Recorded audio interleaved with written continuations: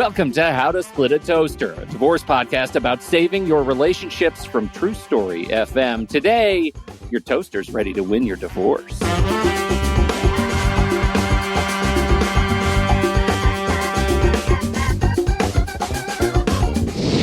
Welcome to the show, everybody. I'm Seth Nelson. As always, I'm here with my good friend Pete Wright. The experts are here. Jessica Klingbaum and T.H. Irwin are two best friends who got divorced at the exact same time and had completely different experiences. As the experts, they offer professional resources to guide others through the divorce process too, along with their podcast, Divorce, Etc., and their online community. T.H. and Jessica, welcome to the toaster. Thank you for having us. Very excited to be here. Thank you. I've never been to a toaster before. Yeah, no, it's pretty good. It's pretty good. It's a little hot. Yeah, it's pretty good. Hi, guys. So glad you were here. I want to start with just a little bit of backstory because I've heard people decide to become parents at the same time and people decide to go to prom at the same time. But the planned divorce at the same time seems like something worth at least noting. Was it a dare? Did you bet? Yeah. Did somebody lose a bet? That would have been funny. I mean, we're always talking. We're always telling people you can't make this shit up. Yeah. We originally, to give you like a little even more backstory, because it's kind of all in the context. T.H. I've been married and divorced twice, so I really am an expert. T.H. and my first husband were best friends from high school, so she and I met when we were in college, and really quickly, the story, she came into a Halloween party and I'd heard all about her and she evidently, so she says, had heard nothing about me. So I go running up to her and I'm like, oh my God, you're T.H. And she literally looks at me and she's like, where's Darren? And I go over to him and I'm like, that's your best friend? She's a bitch. I was pre-gaming. I was a senior in college, and this little thing that weighs 80 pounds wet is in my face. Like, my nose could touch her. And so, yeah. And I don't even remember the story, but now I feel like I own the story. And so I defend myself in a story I don't exactly remember.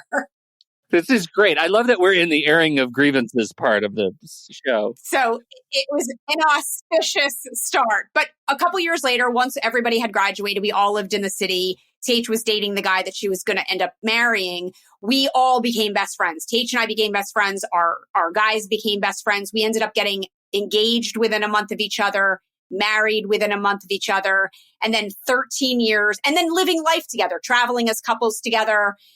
13 years down the line, within 1 week of each other, we both found out that each of our husbands were cheating on us and covering for each other. They were like traveling on couples trips with their girlfriends while we were home working and raising the kids. Yeah. What the actual shit is that about? That's not even the tip of the iceberg, but that's enough for like a holy crap moment. But that's the story about why we ended up literally getting divorced at the same time. Oh my God. I'm gobsmacked. You guys should see Pete right now. Yeah. His jaw is dropped. And Pete is never speechless. The massive balls on these guys to think that they could. That is extraordinary. Yes. See, I have a different perspective. Okay. I don't think they're massive. I think they have no balls because they didn't come and say they wanted a divorce. They didn't say they were unhappy in the marriage. We had zero communication. And my husband at the time was actually engaged to the woman he was having a 4-year affair with. She called me to make sure I wasn't married to him anymore because she was engaged. So I think actually their balls are so small that they don't exist because they didn't have the nerve to come clean and be like a decent human being. In most cases, to be fair, the bigger the balls, the less utility you have for them. So, okay. I just want to make sure. Massive balls. Massive Pete. balls. Let me tell you. Totally useless. I never thought you should be a lawyer till you just made that argument. That was the best save you've ever done. This is the only show I can make these kinds of saves on, though, too. So That is an amazing story, and well deserved that you end up in doing this gig together. So when did you decide, okay, we've been through all of this together, let's go ahead and start a business and help other people? What was that conversation like? Was it just immediate? It was pretty immediate. But the problem was for me, well, this wasn't the problem. I was thrilled to be out of my divorce. It was a saving grace. And I actually told her that day that she saved my life. So that was the first day of the rest of my life when I got that call. But he is a narcissist, a true narcissist, and dragged me through court for 4 years, multiple experts, a shit ton of money, a waste of time and emotion, trauma for all of us. And by the way, he was still engaged to this woman. So I could not create a resource to help others when I was first like, I don't even know what the divorce process is. Like I was ready personally to run on with the rest of my life, but the process is just debilitating if you're divorcing somebody like that. So it couldn't happen right away, even though we thought of it right away. Right. At the time, what we were talking about was like doing some kind of a call-in radio show, something where people could call in and ask questions. I mean, something where as we were going through our divorce, we had each other every single day, every step of the way. Our divorces were totally different. I ended up having a very amicable divorce. I'm really close with my ex. We acknowledged to each other how lucky we were that we were in the weeds with each other the whole time. I always use the analogy of it's like when you have a new baby. If you have a new baby, everyone around you is like, how's the baby? And everyone just wants to hear the baby's great. But if you have a friend who also has a new baby, they're like, how many hours did they sleep last night? How many dirty diapers did you change? Like all of the nitpicky intricacies of what's going on. And that was, what'd your lawyer tell you today? Hey, did you hear about this? Did you know about this? Like we're in different states, just over the bridge from New York City to New Jersey. But like, our divorces looked the same on the outside because of the circumstances. So we did have a lot in common. So that was like a lot of it. Like we need to figure out a way to help people be in the weeds with them when they're going through it, because what the hell would we have done individually if we were going through this alone? Right. Was like the impetus of all of it. As it turns out. So we had new careers, both of us. And then about 7 months before COVID, I was ready for a change again. So I'm looking online. And now when we were separated, there were no resources at all online, nothing. Now there's too much information. There are too many ads. There are too many answers. It's just cluttered. So we thought, you know what? Let's clear the clutter. Let's find the best resources. Let's educate people. I feel like that was definitely a miss in my divorce. For all that money and time, I learned nothing. I didn't learn how to manage my finances. I didn't learn really any of the stuff that was being negotiated. It was just kind of like, okay, you're done now. Good luck. And T told me, Pete, because I talked to her before, she says, look, we want to find good people to put out good information. And when you run out of them, then we're going to come to how to split a toaster. So here we are. That's exactly. So here we are, rock bottom today. So you're telling us we made the list? You're saying there's a chance.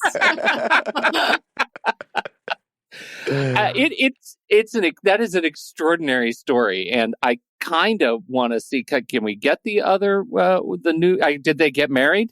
Just to end the drama for me, did they get married or did she come to her senses? Oh no, she came to her senses for a hot minute. She got a bigger ring. They're married and they have a 5-year-old.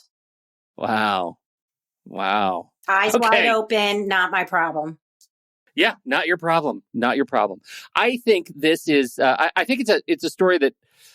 Well, it highlights a couple of things for me. The first of which, obviously, about having good resources, and that's one of the reasons we like doing this show, is because being able to illuminate the legal process part of the divorce is so important, and it is something that can feel so inhuman for people going through it, right? It's such a mechanical, like churning of meat process that can be really, really challenging. And so being able to talk about that in a human way, I think is really important and something to really highlight about your community and your own podcast, Divorce, et cetera.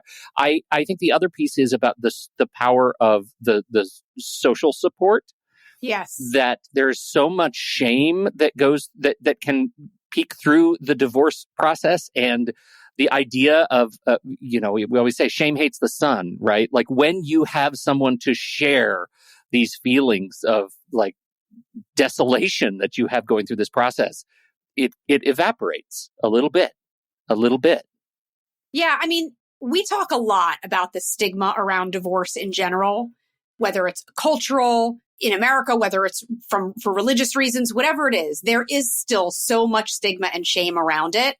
And people don't want to talk about it in lots of different situations. I realized I was getting divorced on a Thursday night. Monday morning, I was starting a new job, like the biggest job at that point that I'd had in my career. And I went in wearing my ring for the next 3 months because I was too afraid to let anyone there know that I was getting divorced because I was running a national network news show. And I felt like no one was going to think that I was going to be able to stay focused on doing my job well. So whether it's work related or whether it's personal, people feel like divorce is contagious. They don't want your kids, their kids playing with your kids, or you can't do X, Y, or Z. Like you're right. And so the shame around it is a huge part of the problem. And we really are looking to break through that with experts. We talk about it all the time. Not everyone needs to walk around feeling like divorce is a badge of honor. We've had many conversations and we have different opinions on it. TH feels like divorce does not define her. It's just something that she went through. Like for me, it's not that I'm proud of the fact that my marriages didn't work, but I feel like the fact that I got through what I got through and was able to end up on my feet and still have an optimistic and positive outlook and take care of all the shit that I need to take care of every day with the kids and work and whatever, like I am proud of what I've gone through and come out on the other side. So it's a conversation that needs to be louder. It's like a weak analogy, but like mental health is thankfully finally coming to the forefront. People are talking about it. When you don't talk about it, you're hiding it and you're contributing to the problem. Like you got to talk about it. Not everyone's going to agree with it, but it should be a conversation. I just want to finish that. Get you started talking about a national newsroom. Wearing your ring for 3 months in a newsroom because you're afraid of the stigma of divorce seems like, and I hope you echo this in hindsight, an oxymoronic position because most of those people were probably already divorced. It wasn't about that. It was my boss. I knew my like direct report, the vice presidents, both of them were still married. It was more like I was a new entity at this network. And despite my experience and what I was bringing to the table, I just was afraid they were going to think that my mind was going to be elsewhere.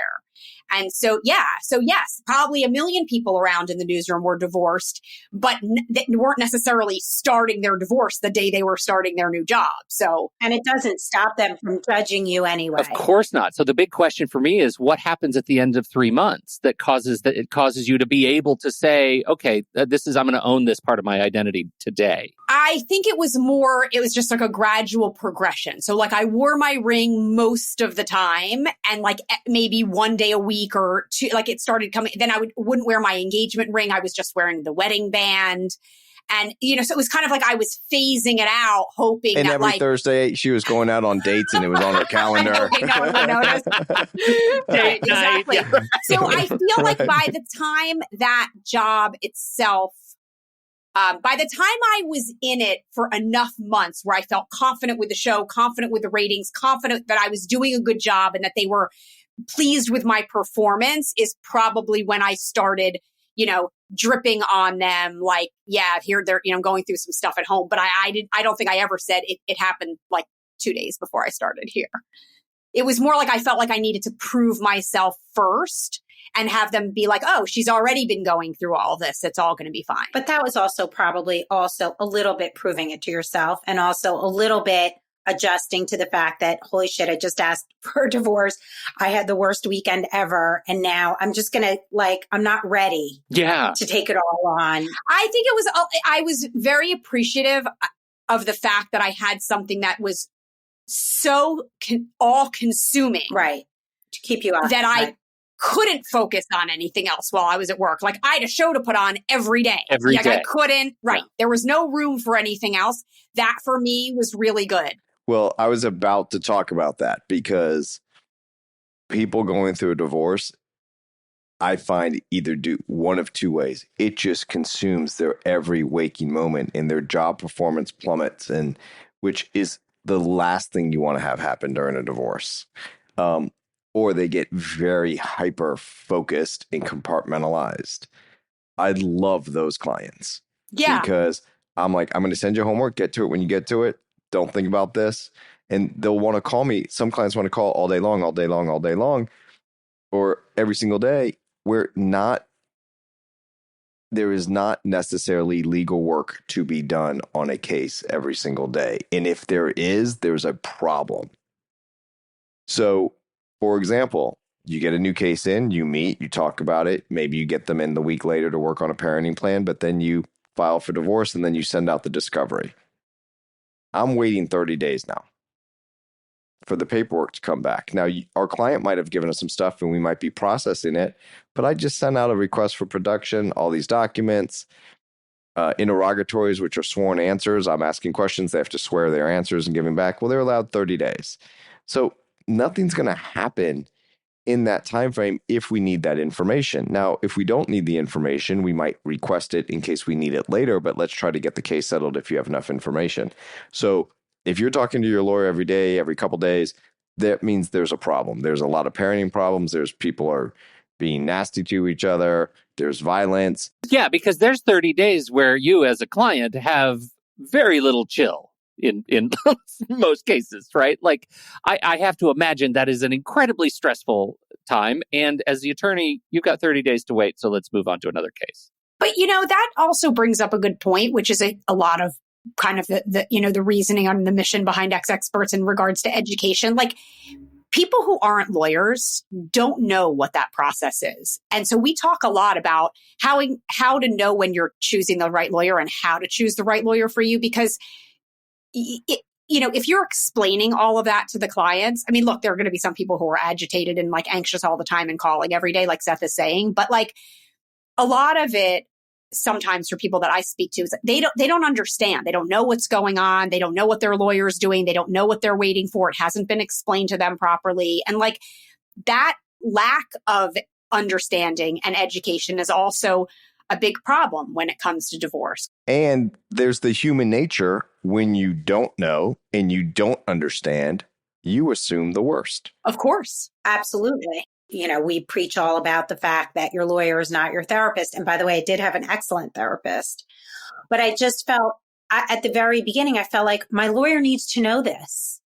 I'm getting 30 text messages all night long harassing me. So that's like the off hours in between, like while discovery is happening, there's like harassment and not showing up for the parenting that's temporarily scheduled, those kinds of things. And so I didn't know what my lawyer was going to do, but I just felt like my lawyer's got to know this. I mean, I'm paying her to just know this and nothing's really going to change. So to be on the client side, I'm just saying, the problem is you don't know where to go. This is part of my divorce. This is not a therapy session, but it is a therapy session to learn how to manage those things. But it's also a legal issue because my lawyer didn't say, you don't need to send me all of this. I don't need to read all of the text messages. On Monday, you tell me how many times he texted you over, a 48-hour period, and I'll handle it. But I don't need to read it. She never said that to me. So right. And I have this conversation, and what we do is I tell people right when they tell me, hey, this is what's happening. This is the advice I give to all of them. I first ask them a question. Every client I've ever asked this question to gets it wrong. And the question is, why do you have a phone? Pete, why do you have a phone? So that you can use me as an example in conversations like this. Seth, why do you have a phone? For my convenience. That's why we have phones. Some people say, well, so I can call my kids, or so I can track them, or so I can make reservations. Or it's for convenience, and it's for your convenience. It is not a gateway to allow a third party, your ex or the person you're divorcing, to fuck with you. That's not why you have the phone. So I say that, and then I say, listen, this is the extreme thing to do. Get a new phone. And only give that number to people that will not share it with them. and slowly transfer people over to your new phone, because ultimately the phone that you have, only one person's going to be calling it. And when it goes off, you know what it is, and you don't have to check it every minute of the day. That's great. Right? So there's ways to handle that. And then about reading every text message, we have an app that we use where you would bring in your phone and I would plug it in and I can download every single text message that he sent you back and forth. Well, that's now, not back then. Back Not in the right. day. Well, and I just want to throw in here, like to TH's point, there is a line at some point where the harassment becomes more serious, something that the attorney should probably know about and take action on. At what point does that line get drawn where you as a client, I don't know what's most appropriate, but I know that now it's gone from 40 text messages a night to, I think there's somebody in my yard at night, like looking in my windows. Like, those are the kinds of things that as a client, you might not know, but actually might be something that your attorney could do something about, right? Well, I could have just said, this is how many messages, or he texted me all weekend long harassing me. I didn't have to send the actual text messages to spend the time for her to read them, because she doesn't really care what he wrote in them. You know, it doesn't really matter for my case, but you become anxious and you become isolated, and then you get into your own head. So I see my therapist once a week. I talk to my lawyer once a week. Like, who's helping me in between all of that? Which is why we started exExperts, because we totally get it. And those are not the people to go to anyway, on the off chance that parenting didn't go well on the weekend, or you don't have your kids this weekend, you don't know what to do and you're freaking out, or it's Mother's Day and like, how do I schedule that? You know, all the other stuff. And there's a lot, because then life starts to happen. For sure. Seth, according to the National Institute of Alcohol Abuse and Alcoholism, 10% of children live with a parent with an alcohol use disorder. We got to put a stop to this. We've just got to stop it. Well, I wish we could, Pete. Some things are probably beyond our capabilities because it's a disease. Yeah. And we're just a podcast. That's right. But if you are being accused of having alcoholism or being an alcoholic, which I don't even like saying it that way, because it sounds negative, like you're doing something wrong that you can control. Look, it's a disease, but it's a disease that can severely negatively impact your children. And so how do we maintain sobriety and a check on sobriety when you're with your children so you can spend quality time with them? And that's what Soberlink is all about. That is what Soberlink is all about. What is Soberlink? So Soberlink is a device and a service. The device is like a breathalyzer, but more so. It has a facial recognition sensor in it. The whole idea behind Soberlink is when it comes time for you to drive, to be in the car with your kids, for handoffs, carpools, whatever the case may be, you blow into the Soberlink device and it sends a real-time notification to those who need to know. Counsel, co-parent, whoever needs to know that you are safe with your kids at the time of driving. And that is in everybody's best interest. It's in your best interest to prove that you aren't living with a problem with alcohol, or even if you are struggling with alcohol, that you're safe with your kids at the time you're driving. And it can be trusted by your co-parent because, again, facial recognition, incredibly valuable data being collected by this device. And Pete, it's independent third-party verification that happens instantaneously that you have not been drinking. And so it's not just when you're getting in and out of the car, but you can do it in the morning, you can do it in the afternoon, you can do it at night. Because then there's 3 points of time when they know the children are safe. And it immediately takes away the weaponization of arguing about alcoholism if you can do that and it's all 0.00. So I encourage people, do it. You're going to save some money on litigation, a lot of money, and the courts love it because they know what's really important. They can see the data that they don't have to say he said, she said anymore. Yeah. Soberlink's remote alcohol monitoring tool has helped over 500,000 people prove their sobriety and provide peace of mind. And you can get started right now with $50 off your device. Just visit Soberlink.com/toaster. That's Soberlink.com/toaster. Thank you to Soberlink for sponsoring this show.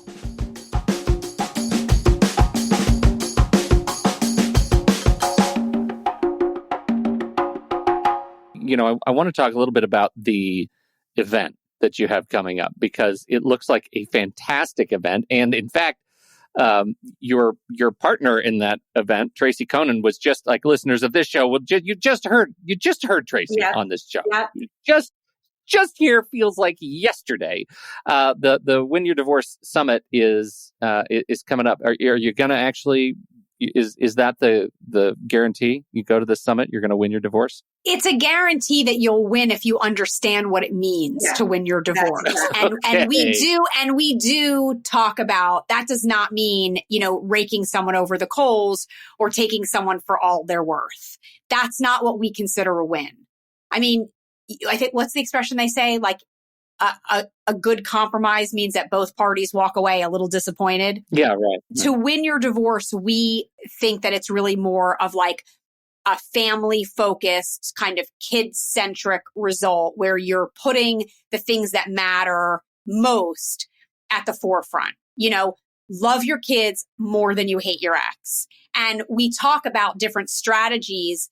Some of it is like what you can do for yourself. And then some of it does have to do with, look, the truth of the matter is there are people who hide money. There are people who do very shady things and try to pull the wool over their spouse's eyes when they're getting divorced. So we have a lot of sessions that go through things that you really do need to know that might sound scary. I don't know if do you need a forensic accountant, a private investigator, those kind of things. But a lot of it is like winning in the way that that what you've done is right, that you can look back and everyone can kind of be proud of it in a way.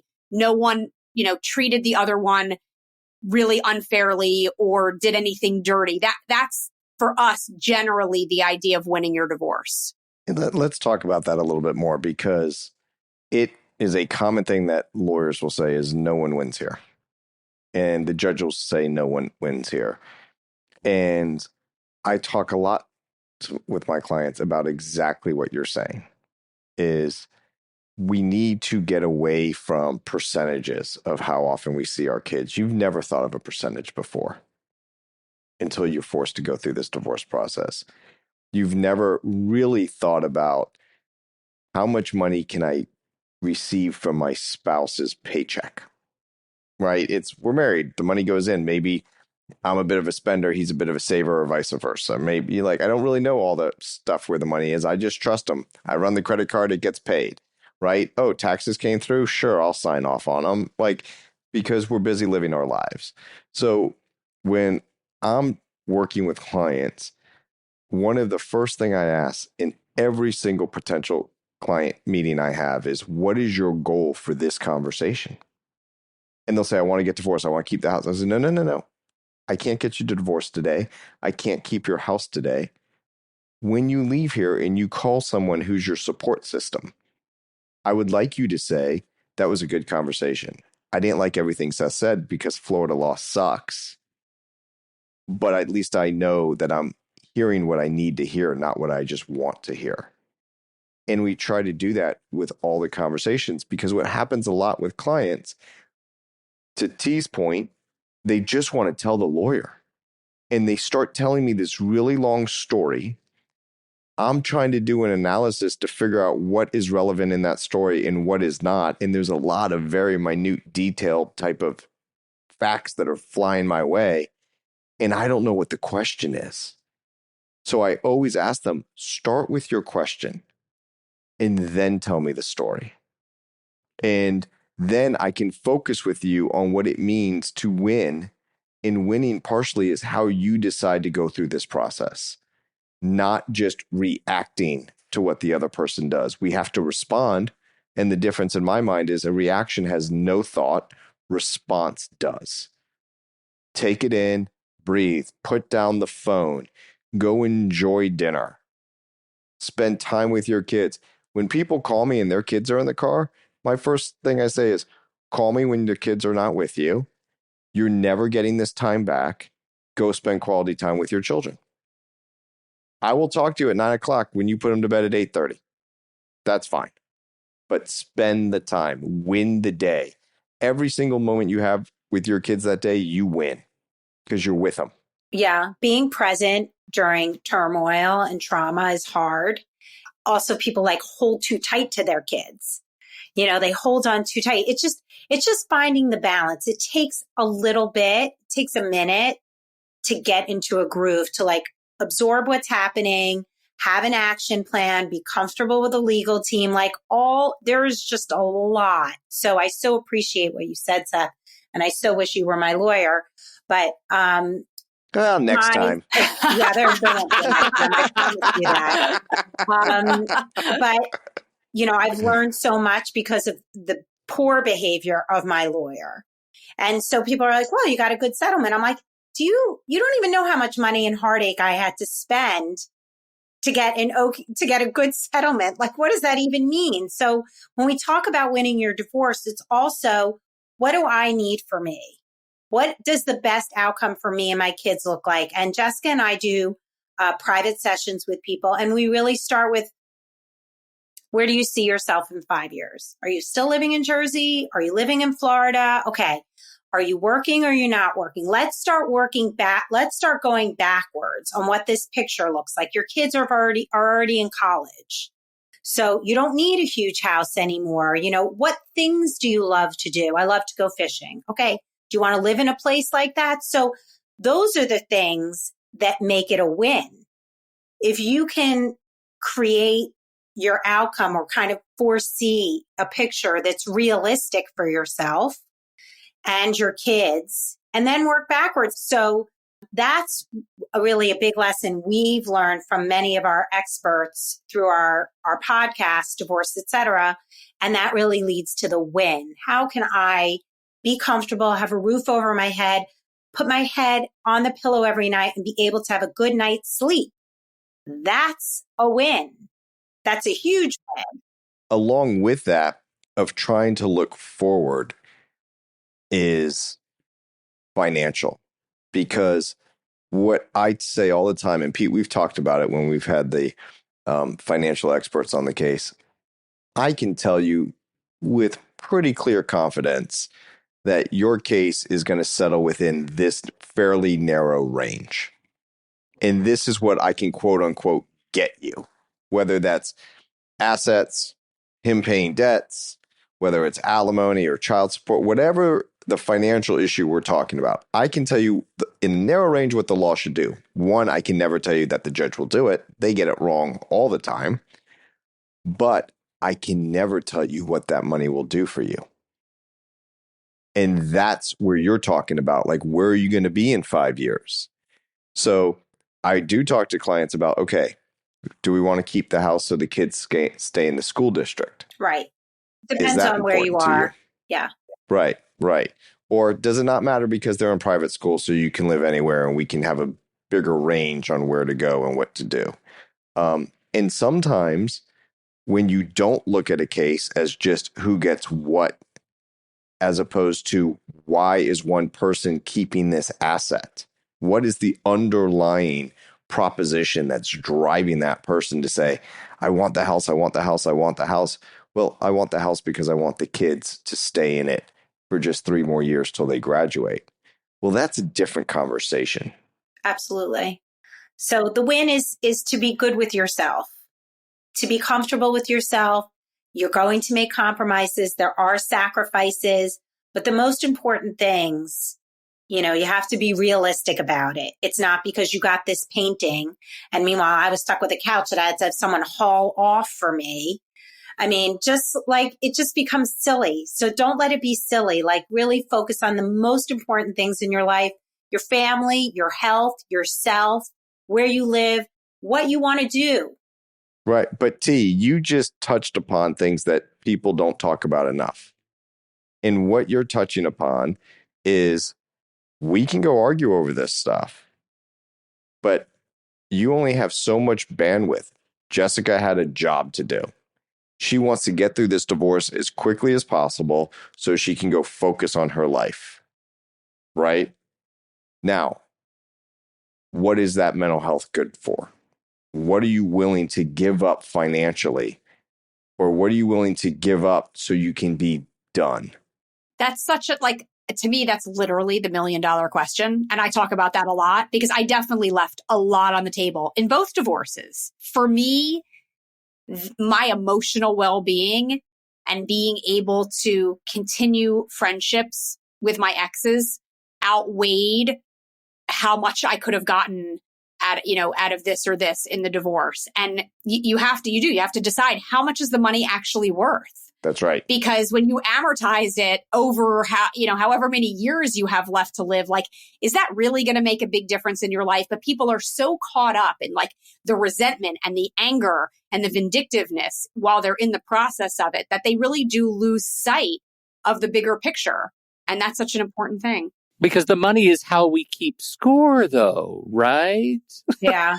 Yeah, exactly, Pete. Right. Exactly. Because that you can actually track, not the trauma of your kids at night going to sleep, and not the lack of eating, and not the, problems in school and problems in work. Like, really, it's a money game. Well, exactly. And this is the whole thing, though, right? Because just to Jessica's point, we have to talk about the value. How much is that money worth? An economist is going to answer something very different than somebody who's in the middle of a divorce process and clocking the actual value of that money.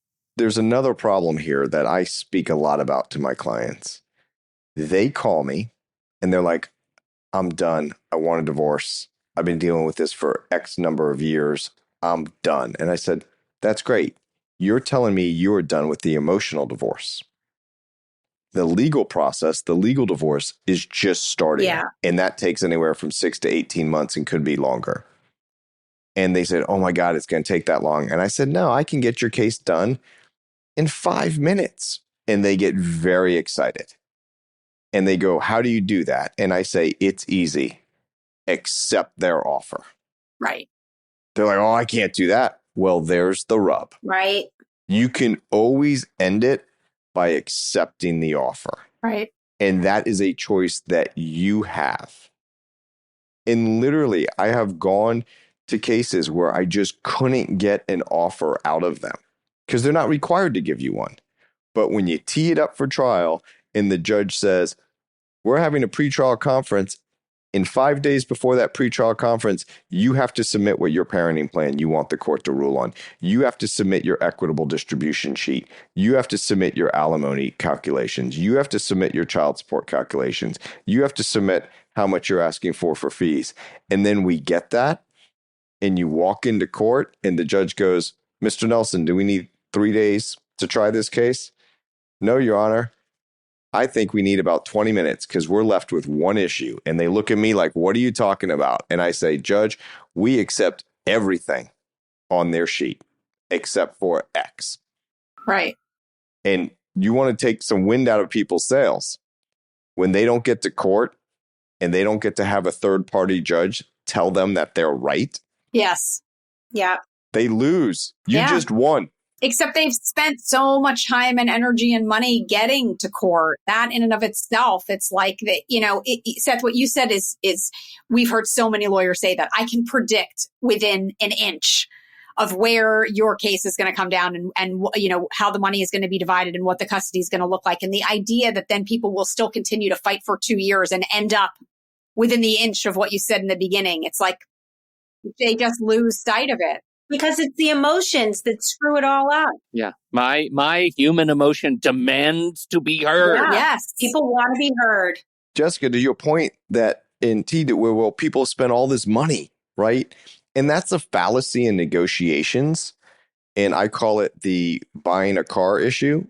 The longer you sit there when you're negotiating that car deal, the higher likelihood you are going to purchase that car. Because you've invested effort in the process. Right. And now you're already here and you don't want to go through this process again. And I'm going to get in trouble if my fiance listens to this because her family's in the car business. So being careful here. But that's the same in divorce. I've invested all this time and we're on the eve of trial. I want my day in court. That was literally TH's story. They settled the morning of. That's what I said. We settled 2 minutes before trial, and they said After to settle. 4 and years. I'm like, what? We just spent all this time and money. We are going to trial. And my dad said, no That's right. way. We are not spending another second, another penny on this. We're signing on the dotted line. See you never. We're never coming back to this courthouse again. And that's what I did. Wow. But it's just amazing how that happens because honestly, I was out. I was done. So I was in a scenario with someone and two bulldog lawyers who dragged me through everything. As you're talking about all the things you needed to do, like he had someone come in and appraise all of my grandmother's art that was hanging in my house. He had me go to an employability expert. I have a master's degree. So, okay, great. I can make $100,000, but where's the job? I don't want you to tell me how much I can make. I want you to show me the job. In Florida, they actually have to show that there's a job available within a certain geographical location. So I love it, T, when someone says, oh, I'm going to do a vocational evaluation on your client. I said, awesome. And they're always shocked. They're like, what? And I'm like, You're going to find them a job. You're literally going to have your client pay to be my client's job coach. Job coach. Yeah, exactly. That's awesome. It's amazing. That is awesome. Because she's been applying for 50 jobs a week and hasn't gotten a bite. Appreciate it. When are they available? Yeah, that's so funny. Right. Can't happen soon enough. Crazy, but that's why, like all of that. And also for me, it wasn't really shame about the divorce. Like he was bad. He was ugly. The stuff he did was atrocious. The lying was colossal. Like I was definitely the sweetest smelling flower in the room. But the process itself is humbling. Like I went to take a test for the employability expert and I walked out and my lawyer was like, how'd you do? I'm like, I think I did well. She's like, you could have done badly on this test. I was like, I can't even do well on the test for a job that's not even out there. Like, I can't freaking win. But that was a waste of time. And that's the kind of stuff that was shameful for me. Like, I was being shamed in those circumstances. One of those things, T, is I'm not trying to Monday morning quarterback this, right? Because here's how this goes. I say to the other side, she has a master's degree. What do you want to impute her income as? Right? But now they have to give me a number for me to agree to. So if they don't give me a number, then I'm going to be like, oh yeah, you're stuck going through this. Right. So all of that exercise, he never imputed income on me. Waste of time and money. Just to put me in a position of feeling like crap about myself. And then we're good. But like, I never had to go through that. And so But yeah, I can because only you're like imagine... making TV shows left and right. No, but I just got the best job of my life. Let's impute more income to her. But it wasn't that. I'm just saying, like, there are so many different kinds of experts and so many people that you could be subject to have to be meeting in your divorce. And it's so scary. And when you are doing that and you don't have someone who's kind of in it with you the way that we were together, like that's what we want to try to help people so that they understand all of the different elements and all of the different pieces that go into divorce, that could go into their divorce, so that they're not as worried when they go into it. Like we did something recently with a parent coordinator. Like it might sound really scary to someone to have a parent coordinator, but when we spoke to the parent coordinator and the way she explained it, it actually can end up being a huge benefit and an asset to someone in their divorce. So like, as long as people understand the process and know what they're going through, it will alleviate a lot of the stress and anxiety if they're properly informed. And one more thing really is we are shining examples that you are going to be so fine. It really is okay. Number one, you're not alone. 50% of all marriages plus another 20 of misery in other relationships are out there. You are not alone. And everybody's been through their own version of crap as far as divorce is concerned. I mean, Jessica had a small version of crap because she had to deal with it. The resolution was easier, but you are going to be okay as long as you take the time to learn. Don't ignore the importance of knowledge and standing up for yourself and asking hard questions and challenging people. And you will be heard and you will be appreciated and you will be supported. And the purpose of us is to give you that education. So if you go and you see Seth You know what questions to ask Seth. You are prepared for that meeting. You are now taking charge of your life, and only you can do that. Only you can take care of yourself, learn for yourself, and empower yourself. And Jessica and I are here to help you with all the other crap, but also to guide you on the right education and the right resources. Don't go to the Facebook group where it's a trauma dump and you're going to sit in your pain pit because you're going to be yelling like everybody else is yelling. And listening to all the toxicity. Understood. Go and yell, and then let's keep moving forward. When you do that, you save yourself money. That's right.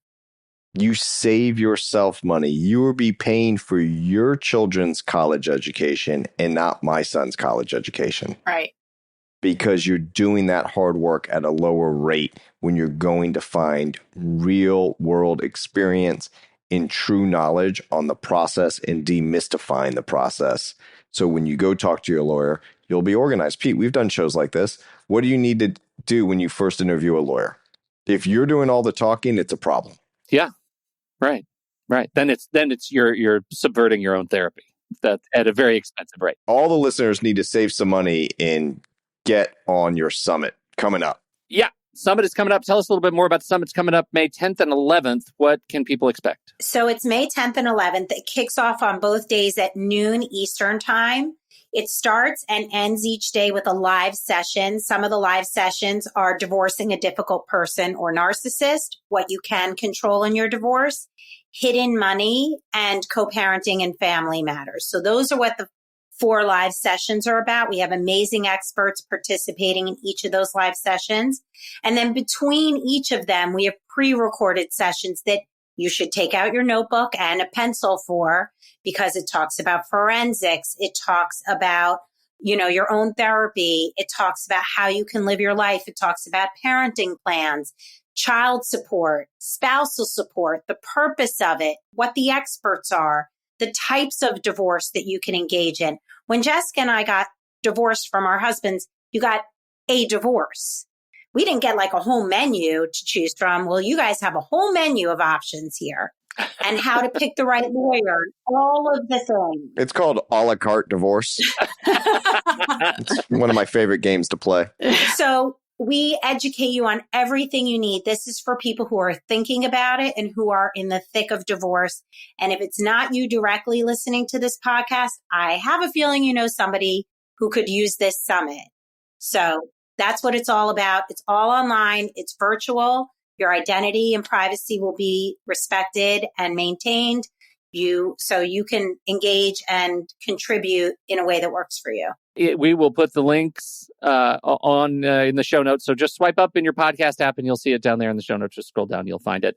We appreciate you looking at that. Now, before we wrap up, I have a question for both of you. Yeah.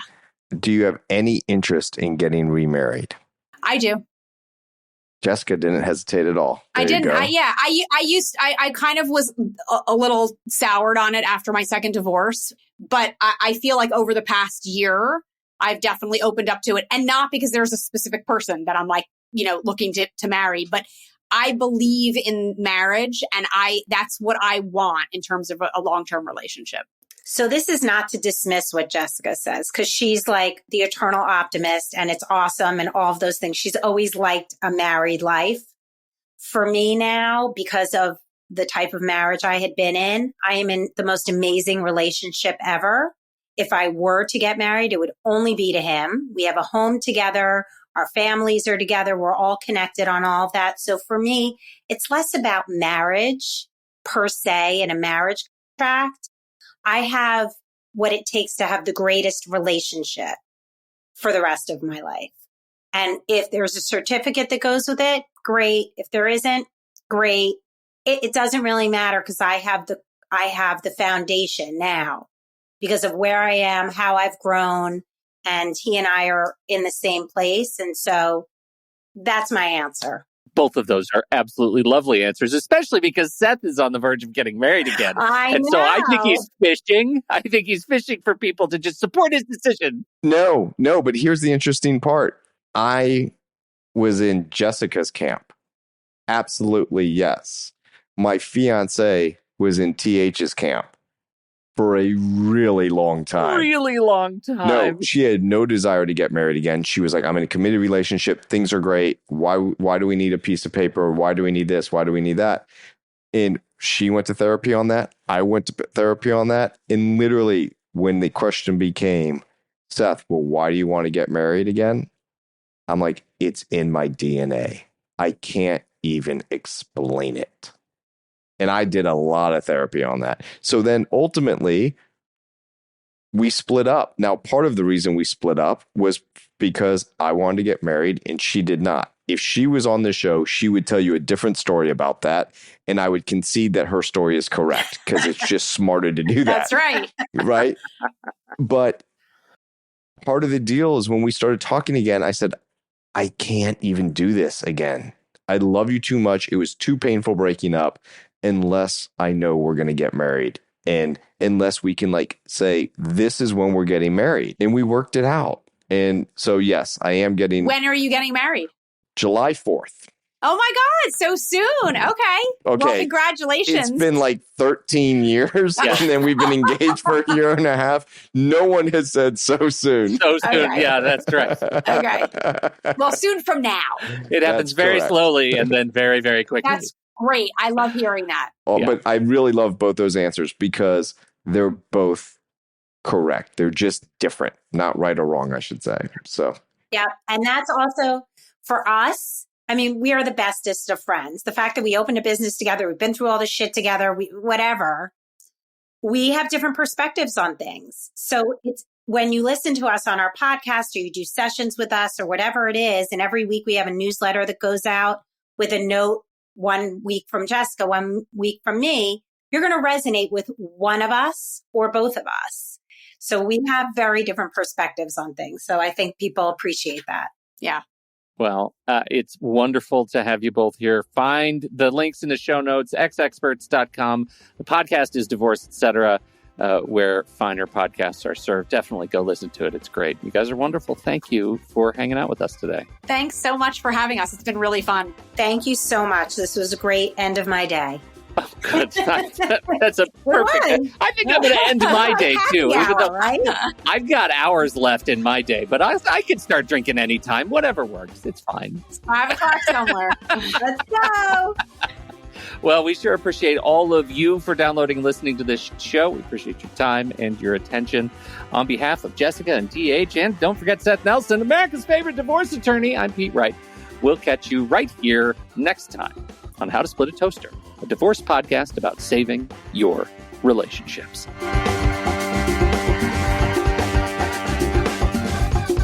Seth Nelson is an attorney with NLG Divorce and Family Law with offices in Tampa, Florida. While we may be discussing family law topics, How to Split a Toaster is not intended to, nor is it providing legal advice. Every situation is different. If you have specific questions regarding your situation, please seek your own legal counsel with an attorney licensed to practice law in your jurisdiction. Pete Wright is not an attorney or employee of NLG Divorce and Family Law. Seth Nelson is licensed to practice law in Florida.